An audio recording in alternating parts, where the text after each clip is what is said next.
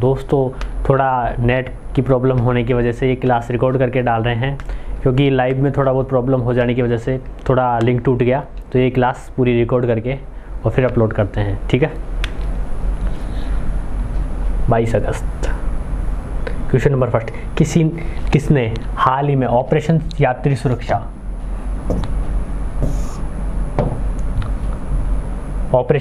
सुरक्षा शुरू किया है? ये किया है आरपीएफ ने।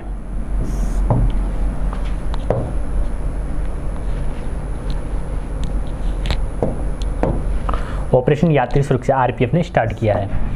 आरपीएफ के बारे में बताता हूँ पहले मैं। आरपीएफ की जो स्थापना हुई थी 1959 में हुई थी। संजय चंद्र इसके हेड हैं।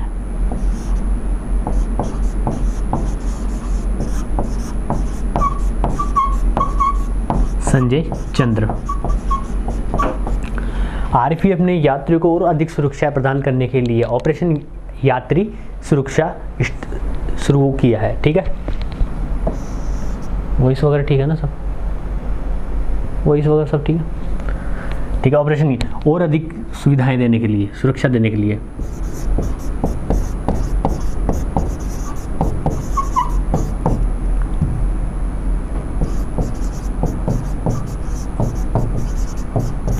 और अधिक सुरक्षा प्रदान करने के लिए आरपीएफ ने योजना स्टार्ट की है। इसके तहत क्या होगा कि जो स्टेशनों पे सीसीटीवी लगाए जाएंगे।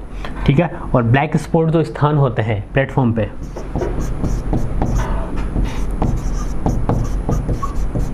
ब्लैक स्पॉट स्थानों की सुरक्षा बढ़ाई जाएगी, उनकी देखरेख की जाएगी।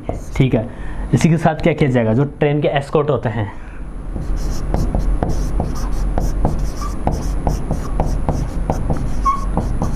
ट्रेन को एस्कॉर्टों में उसकी सुरक्षा प्रदान की जाएगी। इसी के साथ साथ जो संदिग्ध अपराधी हैं उनकी जांच की जाएगी।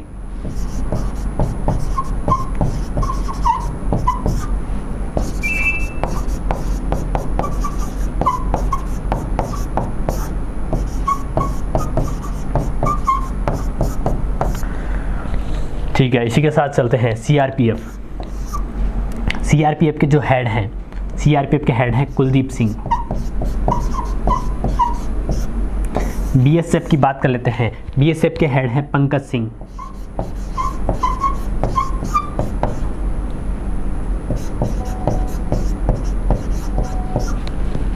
सीआईएसएफ के हेड हैं शीलवर्धन।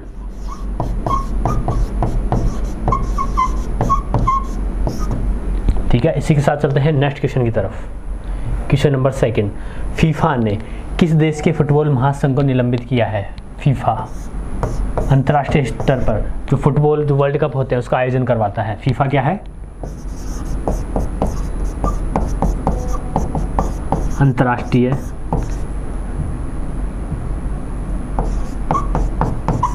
स्तर पर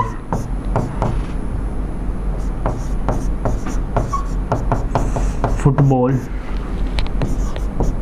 वर्ल्ड कप का आयोजन।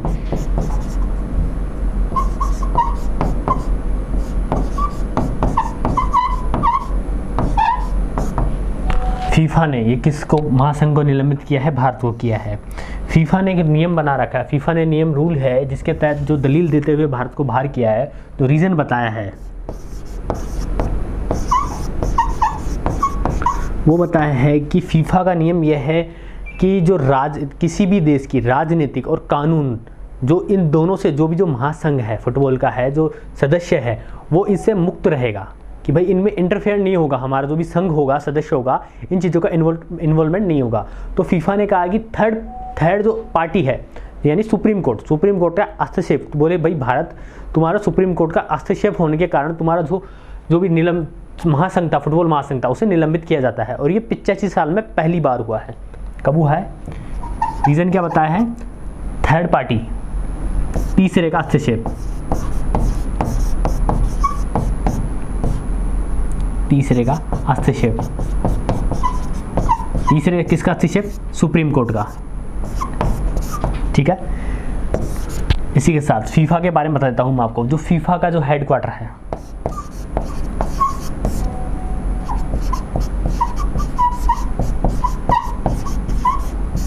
Zurich, Switzerland.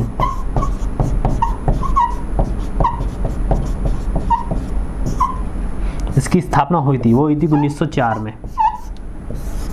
ठीक है, इसके जो हेड हैं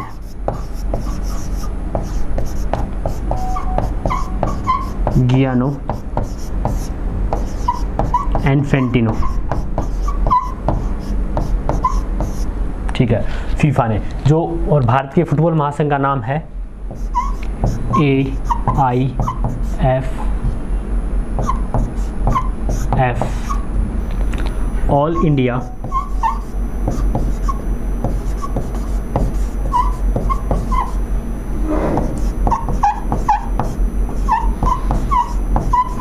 फुटबॉल फेडरेशन।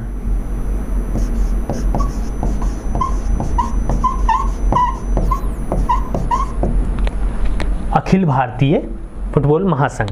ठीक है, जो इसकी स्थापना हुई थी AIF की, वो हुई थी 1937 में। और जो ये तो इसकी स्थापना हुई थी, स्थापना, और जो ये फीफा से जुड़ा था, ये जुड़ा था 1948 में। 1948 में फीफा से जुड़ गया था। और जो इसका हेडक्वार्टर है नई दिल्ली।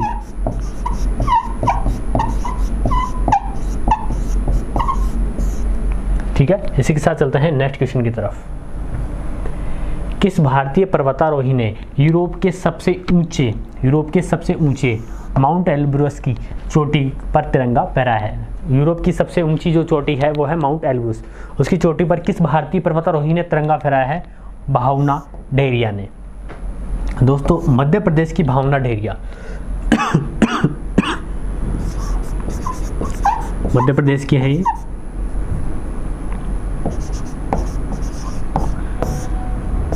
मध्य प्रदेश की भावना डेहरिया ने माउंट एल्ब्रुस, इसकी जो ऊंचाई है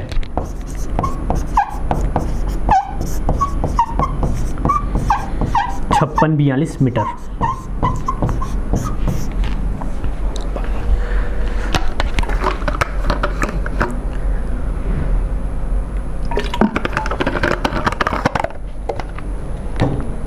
इसकी ऊंचाई है 5642। फिट में बात करें, इसकी फिट में ऊंचाई है, ये तो मीटर में हो गई, फिट में ऊंचाई की बात करें तो 18,510 फीट है। जो यूरोप की ऊंचाई चोटी है, जो भावना, ये इनका संबंध है मध्य प्रदेश से।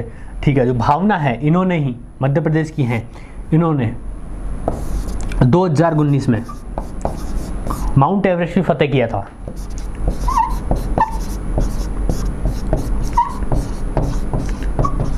और ये माउंट एवरेस्ट फतेह करने वाली ये पहली मध्य प्रदेश की महिला थी। पहली MP की महिला थी, MP महिला थी जिन्होंने माउंट एवरेस्ट फतेह किया था।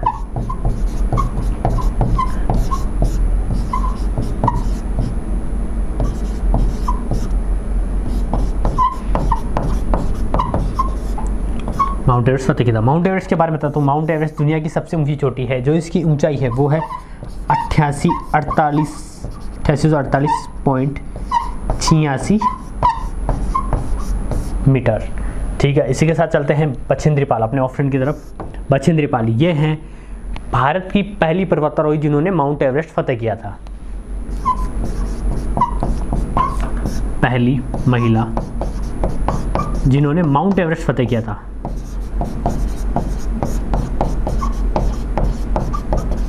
कब किया था? 1984 में किया था इन्होंने, इस बात का ध्यान रखना। और जो ये तो पहली महिला हो गई, संतोष यादव है, ये दूसरी महिला हो गई, दूसरी महिला भारत की जिन्होंने माउंट एवरेस्ट फतेह किया था।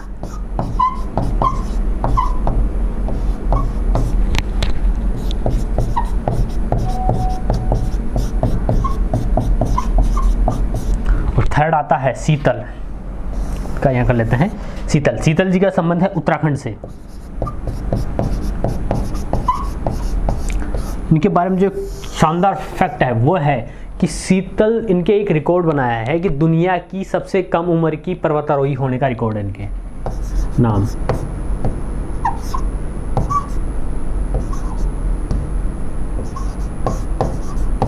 दुनिया की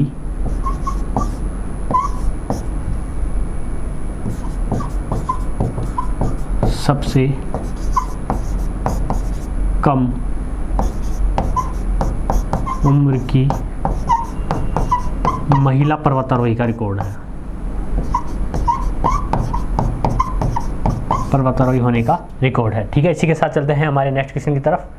क्वेश्चन नंबर 4, कौन सा देश दुनिया का पहला देश बन गया है जहां पीरियड्स में इस्तेमाल किए जाने वाले सैनिटरी प्रोडक्ट मुफ्त में उपलब्ध होंगे? स्कॉटलैंड बन गया है।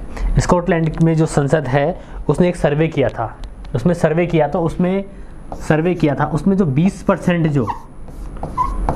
20% ऐसी जनसंख्याएं थी, ऐसी महिलाएं उनमें शामिल थी जो प्रोडक्ट्स, जो पीरियड्स के टाइम, जो उनको पीरियड्स आता है उनके टाइम जो सैनिटरी नैपकिन वो यूज़ करती हैं, वो तक खरीदने तक वो अफोर्ड नहीं कर सकती। तो वहाँ की जो सरकार थी उन्होंने उनको मुफ्त में देने के लिए जो योजना बनाई थी। ठीक है, 20% महिलाओं जो इस चीज़ों को, उत्पादन को खरीद नहीं सकती, तो इनकी जो ये महिलाएं हैं वो जिसके तहत जो पिकअप कर पाएगी, जो मतलब उनको लेगी, उनके लिए एक ऐप बनाया गया है। ऐप का नाम है पिक अप माई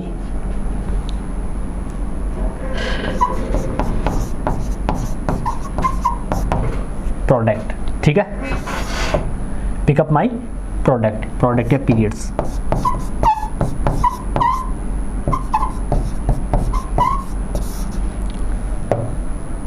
इसका पीरियड्स होगा, यहाँ कर देता हूँ मैं इसको, पिकअप माई पीरियड्स।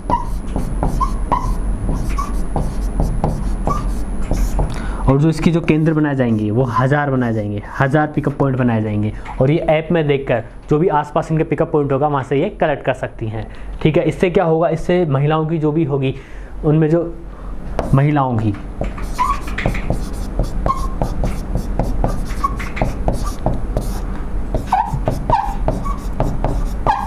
बीमारी में सुधार होगा।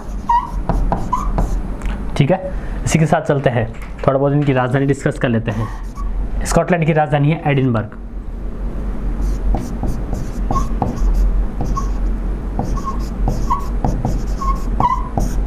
रूस की राजधानी है मॉस्को।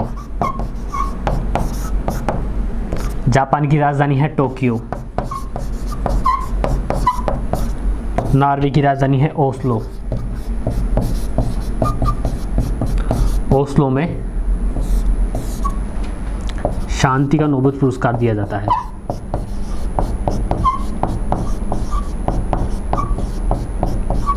और बाकी जो पुरस्कार हैं, ओनली शांति का जो नोबेल पुरस्कार ओस्लो में दिया जाता है, बाकी स्टॉकहोम में दिए जाते हैं। ठीक है, इसी के साथ, और जो इस योजना को स्टार्ट किया गया था वो 2 अगस्त 2022 में स्टार्ट किया गया था। ठीक है, इसके साथ चलते हैं क्वेश्चन नंबर 5 में। हाल ही में किस राज्य के मुख्यमंत्री ने 1000 मॉडल आंगनबाड़ी केंद्रों का शुभारंभ किया है?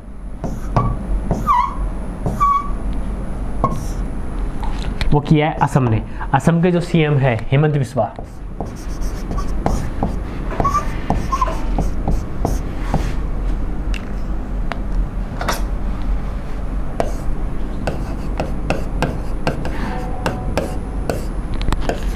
इन्होंने 1000 मॉडल आंगनबाड़ी केंद्रों का शुभारंभ किया है। और शुभारंभ करते हुए इन्होंने कहा कि जो अभिभावक है, असम के जो है अभिभावक है, वहाँ के जो पेरेंट्स हैं,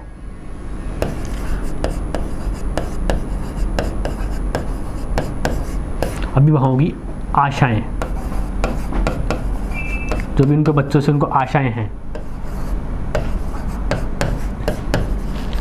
आशाओं और आकांक्षाओं पर ये योजना खरी उतरेगी।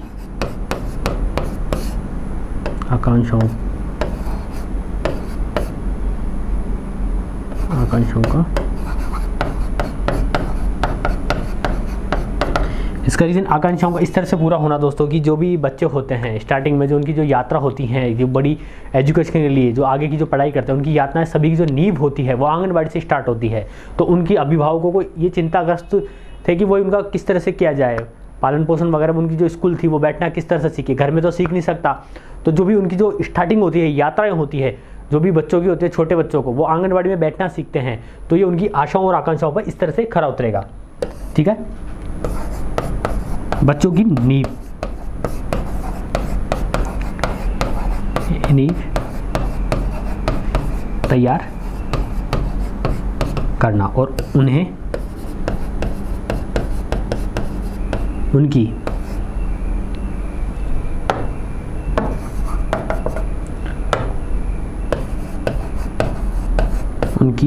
उच्च शिक्षा की यात्रा को प्रारंभ करना। ठीक है, इसी के साथ केरल राज्य की बात कर लेते हैं। केरल राज्य में भी हाल ही में आंगनबाड़ी के लिए, जो आंगनबाड़ी में बच्चे पढ़ते हैं, उनके लिए दूध और अंडा योजना स्टार्ट की गई थी। दूध प्लस अंडा योजना हाल ही में स्टार्ट की गई है, ये भी करंट का ही मुद्दा है। और जो इसकी सेकंड है वो देश में प्रथम है, देश में प्रथम राज्य है जहां पर सरकारी ई टैक्सी सेवा स्टार्ट की गई है।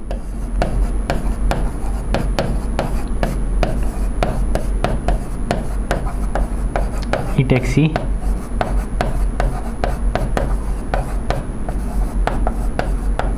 सेवा की शुरुआत।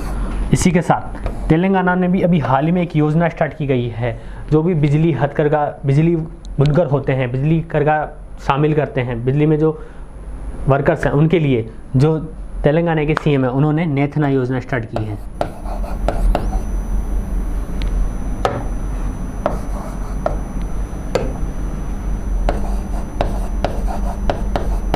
नेथना योजना की शुरुआत की गई है।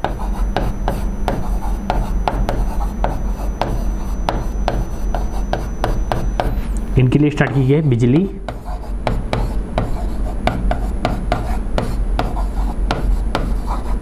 करघा बुनकरों के लिए।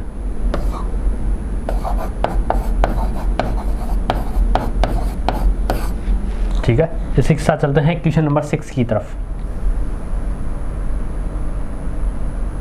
हाल ही में किसने नेट ग्रिड का सीईओ नियुक्त किया गया है? पीयूष गोयल जी को नेट ग्रिड का सीईओ नियुक्त किया गया है।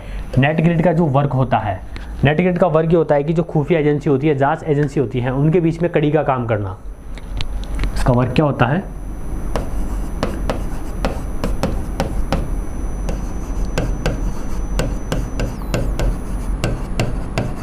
जांच एजेंसी प्लस खुफिया एजेंसी जैसे CID, IB, ED, खुफिया एजेंसी के बीच कड़ी का काम करना।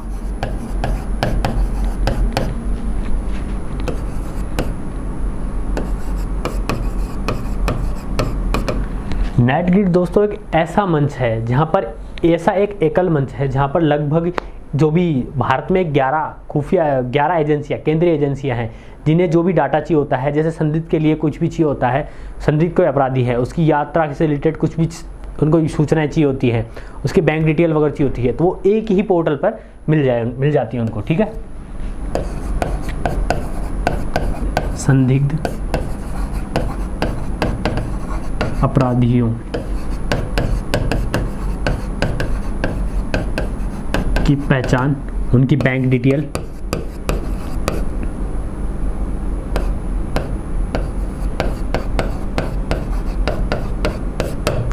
ठीक है, उनकी ट्रैवलिंग से संबंधित, ट्रेन यात्रा से संबंधित सूचनाएं।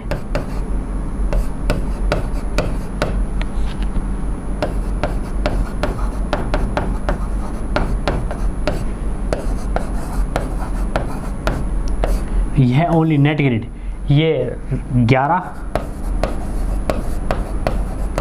केंद्रीय एजेंसी, उनमें है CID, IB, ED, CBI इत्यादि, है ना, प्लस राज्यों की पुलिस,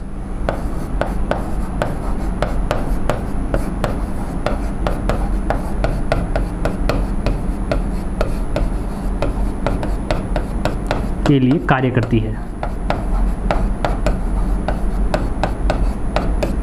ठीक है, उसका CEO किसको नियुक्त किया गया? पीयूष गोयल जी को। आशीष चौहान जी का अभी हाल ही में पढ़ा था नेक्स्ट क्लास में, इन्हें हाल ही में जो नेशनल स्टॉक एक्सचेंज है NSE का CEO प्लस MD नियुक्त किया गया है। अरविंद कृष्ण, ये हैं दोस्तों IBM के CEO, IBM के CEO। आचार्य बालकृष्ण, पतंजलि ऑलरेडी इंक्लूड कर रखा है, पतंजलि के CEO हैं। इसी के साथ चलते हैं नेक्स्ट क्वेश्चन की तरफ। हाल ही में वर्चुअल स्पेस म्यूजियम स्पार्क किसने लॉन्च किया है? वर्चुअल म्यूजियम स्पार्क किसने लॉन्च किया है? इसरो ने लॉन्च किया है। स्पार्क, इसका उद्देश्य क्या है? इसका उद्देश्य है कि इसरो जो भी अपने अनुसंधान करता है, उपग्रह सैटेलाइट वगैरह छोड़ता है, उनके बारे में जो उनको वीडियो की तरह देखना, छवि के रूप में देखना, इसका जो काम होगा, इसकी तरह क्या काम किया जाएगा वो है वीडियो या छवियों के रूप में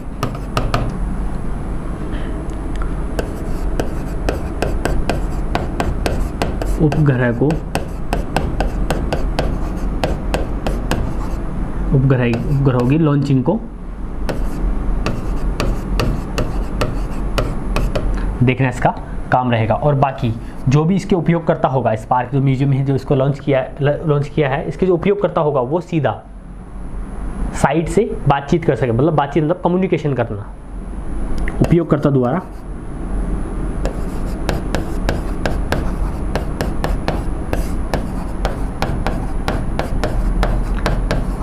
साइट से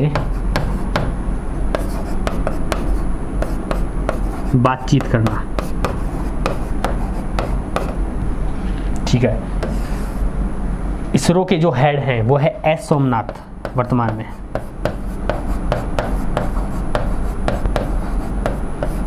इसरो का जो हेडक्वार्टर है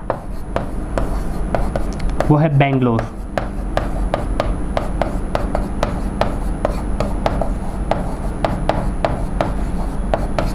कर्नाटक। DRDO की बात करते हैं। DRDO के जो हेड हैं वो है सतीश रेड्डी।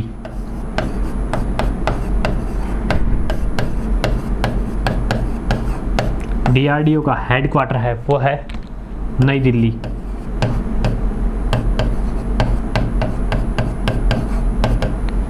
नासा, ये अमेरिका की अंतरिक्ष एजेंसी है।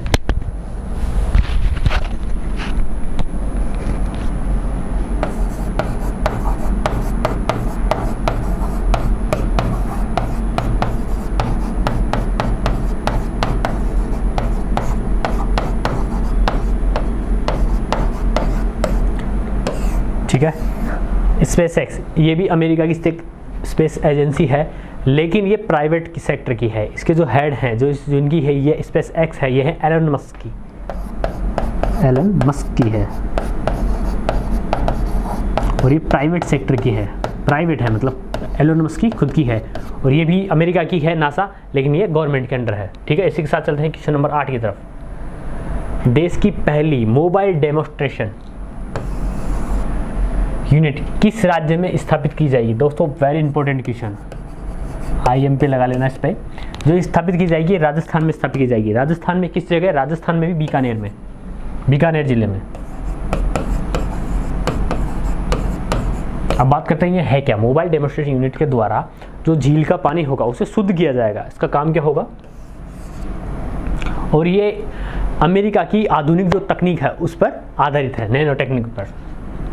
इसका जो वर्क होगा, जो काम होगा, झील के पानी को शुद्ध करना, और ये आधारित होगी अमेरिका की नैनो टेक्नोलॉजी पर।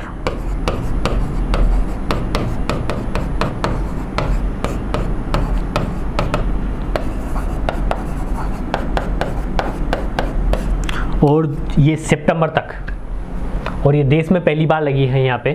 ठीक है। देश ये सितंबर तक सितंबर तक झील का जो पानी होगा उसे शुद्ध करने का इसका काम है, और सितंबर तक 1 लाख लोगों को पीने का पानी इसके द्वारा उपलब्ध किया जाएगा। सितंबर तक 1 लाख।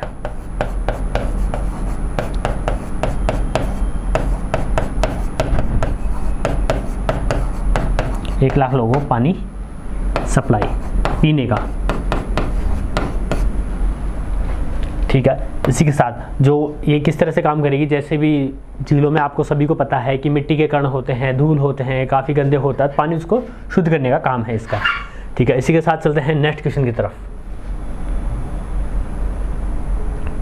हाल ही में अंतर्राष्ट्रीय स्तर का राजस्थान हेरिटेज संग्रहालय कहाँ स्थापित किया जाएगा? अंतर्राष्ट्रीय स्तर का राजस्थान, ये भी राजस्थान के लिए अपकमिंग एग्जाम होगी रीट वगैरह के लिए, उनके लिए बहुत मोस्ट क्वेश्चन है। कहाँ पे स्थापित किया जाएगा? जयपुर में। जयपुर में कहाँ पे स्थापित किया जाएगा? SMS town hall. SMS town hall.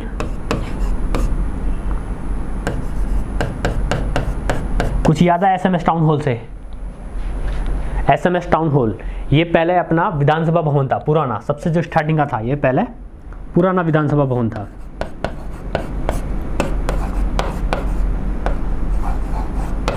पुराना विधानसभा भवन था। ठीक है, वहां पर जो आधुनिक तकनीकों से लेस एक संग्रहालय स्थापित किया जाएगा। ठीक है, इससे आधुनिक तकनीकों से लेस, आधुनिक सुविधा ही होगी इसके अंदर। इसके अंदर क्या होगा, ये प्रत्येक जिले की जो भी है स्मारक हैं वगैरह, स्मारक हो गए, ठीक है, वहाँ के अभिलेख वगैरह हो गए, वहाँ की संस्कृति हो गई, उसको इसके अंदर इंक्लूड किया जाएगा।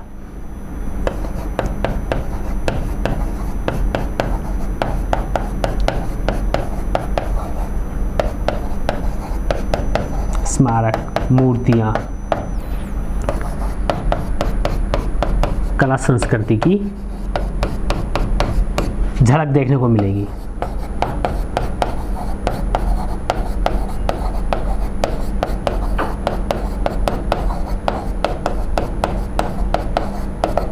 ठीक है, इसी के साथ उदयपुर में भी एक संग्रहालय स्थित है, वो है लोक कला मंडल। संग्रहालय की बात आए तो संग्रहालय इनके भी संग्रहालय डिस्कस कर ही लेते हैं। लोक कला मंडल, लोक कला मंडल संग्रहालय उदयपुर में स्थित है।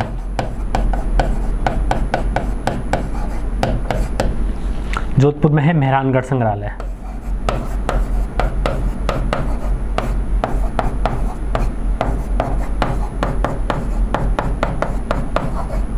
संग्रहालय कोटा में है माधो सिंह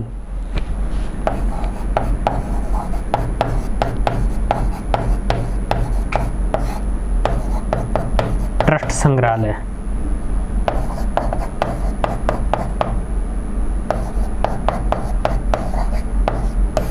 ठीक है, इसी के साथ चलते हैं नेक्स्ट क्वेश्चन की तरफ। हाल ही में गांवों को टीबी मुक्त करने के लिए राजस्थान सरकार द्वारा कब से टीबी मुक्त अभियान का शुरुआत की गई है? 15 अगस्त से शुरुआत की गई है। ठीक है, 15 अगस्त के दिन से शुरुआत की गई है। राजस्थान में पंचायत स्तरों पर राजस्थान सरकार ने पंचायत स्तरों पर जो टीबी ग्रसित जो लोग हैं उनमें जागरूकता फैलाने के लिए जो राजस्थान में 15 अगस्त से टीबी मुक्त अभियान की शुरुआत की गई है। और जो ये शुरुआत है ये जो चिकित्सा मंत्रालय है, चिकित्सा मंत्रालय द्वारा चिकित्सा मंत्रालय द्वारा अप्रैल 2023 तक ये कार्यक्रम जारी रखा जाएगा। इस कार्यक्रम का उद्देश्य है कि राष्ट्रीय स्तर पर टीबी का एक लक्ष्य रखा गया है। लक्ष्य रखा गया है कहाँ पे? राष्ट्रीय स्तर पर। राष्ट्रीय सरकार द्वारा राष्ट्रीय स्तर पर 2025 तक टीबी का पूर्ण उन्मूलन 2025 तक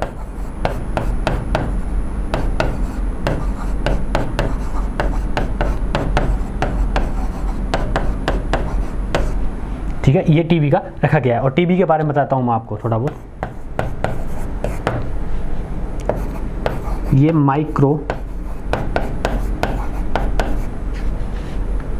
बैक्टीरियम, जीवाणु द्वारा फैलता है। इसका जो जीवाणु है, बैक्टीरिया है, माइक्रो बैक्टीरियम जीवाणु द्वारा। जो इसका बचाव है ये फेफड़ों को प्रभावित करता है। किनको करता है?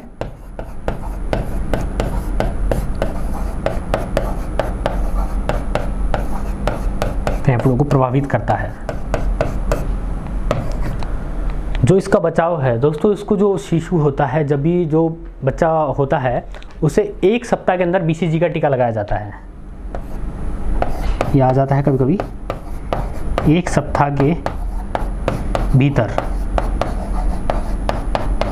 BCG का टीका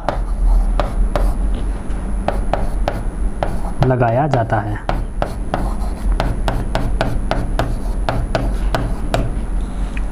ठीक है, इसी के साथ 14 अगस्त की बात कर लेते हैं। 14 अगस्त को हाल ही में बनाया गया था विभाजन विभीषिका दिवस।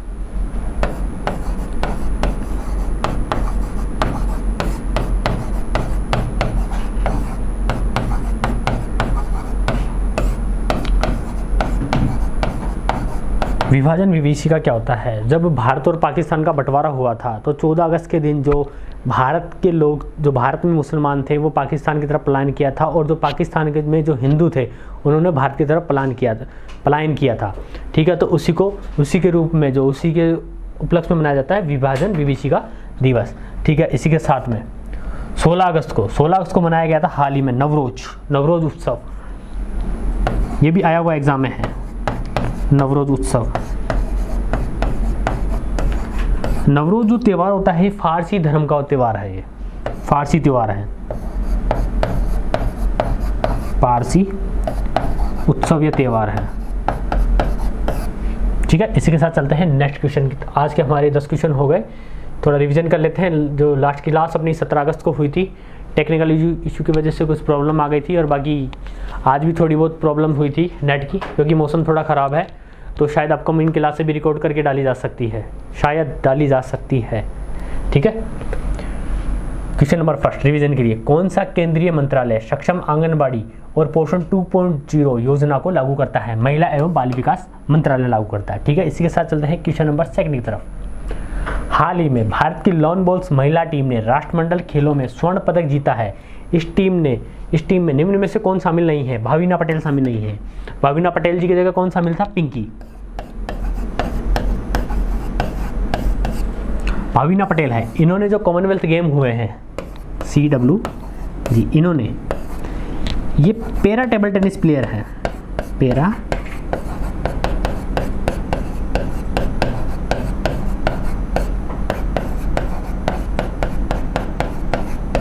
इन्होंने कॉमनवेल्थ गेम में हाल ही में गोल्ड जीता है।